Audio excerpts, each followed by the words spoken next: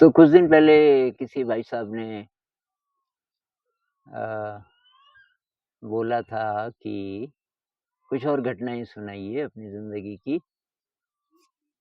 तो एक और मुझे याद आ रही है। अब घटनाएँ तो बहुत सारी हैं, लेकिन ऐसी घटना जिससे कुछ प्रेरणा मिले, वही सुनानी चाहिए। तो ये बात है 85-86 की। अ, और शांति निकेतन में जब मुझे 2 साल हो गए थे, तो उसके बाद तब वहाँ एक लेडी थी जिनसे मेरी थोड़ा दोस्ती हुई। और उन्होंने मेरी मदद की कि यार तू अब शांति निकेतन से निकल, तुझे अब यहाँ ये बहुत अच्छा लग रहा है और बहुत दोस्त भी हो गए और तू कुछ करेगा नहीं तो तू ऐसे ही यहाँ कुछ और कर अब। शांति निकेतन का एक्सपीरियंस इतना बहुत है। और मुझे भी बात समझ आई कि मेरे ख्याल से ये ठीक ही बोल रहे हैं। तो मैं कुछ दिन फिर वहाँ से निकल गया, शांति निकेतन से। तो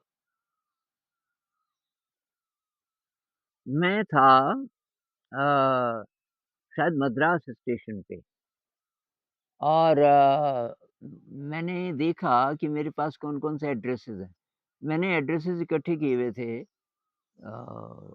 पूरे दक्षिण भारत के। तो मैंने कहा दक्षिण भारत की तरफ जाऊँगा थोड़ा। तो मद्रास से पहले मैं कहीं और गया था। अभी मद्रास में था, फिर वापस शांति निकेतन जाना था।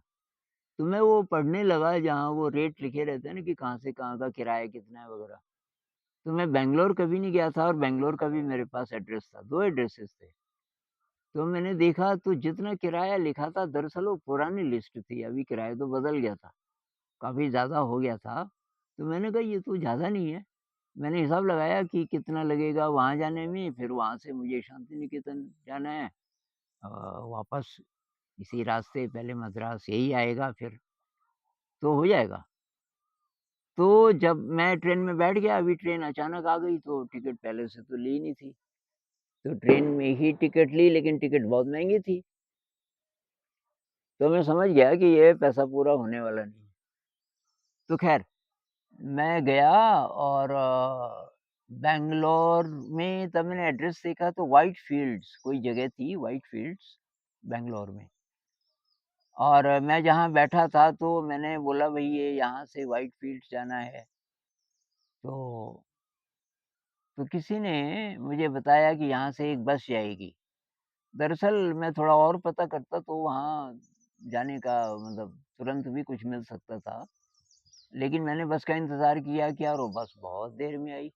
जब मैं व्हाइट फ़ील्ड्स पहुँचा और सर्दियों की बात थी, व्हाइट फ़ील्ड्स पहुँचा तो मैं आखिरी पैसेंजर था। सब उतरते गए और मैं लास्ट में बचा, वहीं तक की बस थी। और जब मैं उतरा तो सुनसान, सन्नाटा। तो मेरे पास जो एड्रेस था, अब किससे पूछूँ कि ये जगह कहाँ है? और जगह का नाम था अभय धम्म सोसाइटी, अभय धम्म सोसाइटी व्हाइट फ़ील्ड्स। अब मैंने कहा यार ये किसको पूछूँ? तब तक फिर ये भी था कि रात में सोऊँगा कहाँ? तो मैं देखने लगा जगह कि मेरे पास एक कंबल थी। मैंने कहा ये जो दुकानें वग़ैरह हैं, तो बरामदे भी थे वहाँ कुछ-कुछ दुकानों के बरामदे जैसे। तो मैंने कहा वहाँ लेट जाऊँगा। ऐसा सोच रहा था मैं कि अब और कोई चारा नहीं है। तब तक 2 लड़के आ रहे थे। वो कॉलेज के स्टूडेंट्स रहे होंगे और वो अपना ये कन्नड़ा में बोल रहे थे। कन्नड़ा तो मुझे आती नहीं थी। तो मैं उनके पास गया तो मैंने उनको बोला, मैंने कहा एक्सक्यूज़ मी ये आप जानते हो ये एड्रेस? तो हिंदी या इंग्लिश तो उनको इंग्लिश आती थी, हिंदी नहीं आती थी, इंग्लिश में बातचीत हो रही थी। उन्होंने एड्रेस देखा, एक ने बोला मैं जानता हूँ। मैंने कहा कहाँ? दूसरे ने बोला यहाँ से आगे जाना है करीब आधा किलोमीटर और एक तीर का निशान है, तो उस रोड पे जाना है, एक लेन है छोटी। मैंने कहा कितना की ये तो मेरे को नहीं पता। और मैंने कहा रात को आप तो जा नहीं सकते।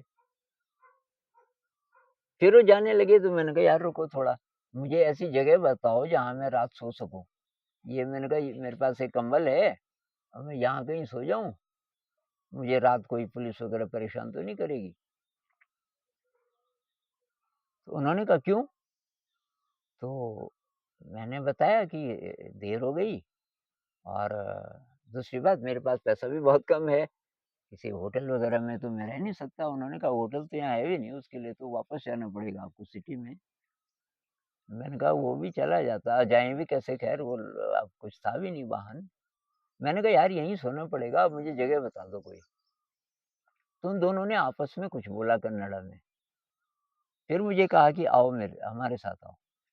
तो एक गली में गए, गए और फिर ऐसे मुड़े बाईं तरफ और वहाँ पे बड़ी शानदार जगह, मतलब खुला मैदान था, छोटा-सा मैदान-सा था और उसमें 4 या 5 झोपड़ियाँ थी छोटी-छोटी और एक झोपड़ी इनकी थी और एक कोने पे नारियल के पेड़ भी थे कुछ।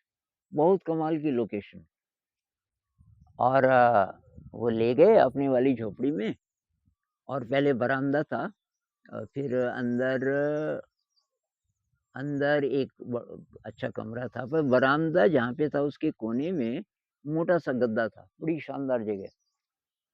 तो कहने लगे कि यहाँ पे सो जाएँगे आप? अरे! मैंने कहा यार ये तो कमाल की जगह है, बहुत ही शानदार।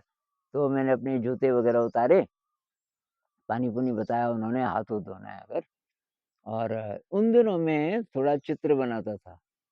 तो वो जो सामने नारियल के पेड़ दिखाई दे रहे थे, मैं वो बनाने लगा। उनमें से एक ने बोला कि हम खाना गरम कर रहे हैं। अब मैंने खाना तो सुबह से नहीं खाया था दरअसल, भूख भी बहुत लगी थी। पर अब मैं चुप रहा, मैंने कुछ नहीं बोला, वो आपस में बोल रहे थे एक-दूसरे को अ, और मुझे भी बोल रहे थे, "अभी आपको नींद तो नहीं आ रही ना?" मैंने कहा, "नहीं।" तो मैं समझ गया था कि ये कुछ खाना-खुना तो मैंने कहा, "आप खाना खा रहे होंगे।" तो तब तक एक और आदमी आया दूसरी झोंपड़ी से, उसके पास एक छोटी बच्ची भी थी कि, "आप आर्टिस्ट हो?" मैंने कहा, "ये थोड़ा-सा शौक है कि ये मेरी बच्ची का चित्र बना दो।" तो मैंने कहा तब तो वो रोने लगी ख़ैर और इतने में ये थाली लेके आ गए खाना, कि आप खाइए। मैंने कहा, "जी, मैं तो नहीं खाऊँगा।" कि क्यों? मैंने कहा, "मेरे पास पैसे नहीं है और मैं ऐसे तो नहीं खा सकता, आप मुझे रहने की जगह भी दे रहे हो।" और तो कहने लगे कि दरअसल हम गए थे फ़िल्म देखने, हमने वहीं खाना भी खा लिया, तो ये तो वेस्ट जाएगा, ये बचा हुआ है। मैं फिर भी चुप। तो वो जिसके पास वो बच्ची थी, वो थोड़ा मज़ाकिया टाइप का आदमी था, उसने बोला तो मज़ाक में पर एक्सप्रेशन ऐसा था कि जैसे सीरियसली कि आप ऐसा कीजिए कि इसका पैसा दे देना आप, इसका खाने का पैसा दे सकते हो। कल आप जाते समय पैसा दे देना, जितना भी दे सको। अच्छा मैंने कहा तब तो ठीक है। ख़ैर तो खाना भी बहुत शानदार वो भात था और साथ में वो था जैसे अ, सांभर जैसा कुछ था। बहुत खाया मैंने, ठीक-ठाक भूख बहुत लगी हुई थी और उसके बाद बस ऐसे सोया घोड़े बेच के। सुबह जब मैं उठा तो वो दोनों जा चुके थे। तो तब फिर वही आदमी आया कल जिसके पास वो बच्ची थी। मैंने कहा भाई साहब ये खाने के पैसे? कहने लगे यार आप कमाल के इंसान हैं। पैसे हर जगह पैसे, ये पैसे काहे के लिए? ये तो बहुत प्यार से दिया उन्होंने। तो पैसे-पूसे नहीं कोई नहीं लेगा आपसे। तो मैंने कहा मैं उनको तो धन्यवाद भी कैसे बोलूँ? अब मुझे तो जाना है। कोई बात नहीं आपकी तरफ से मैं बोल दूँगा।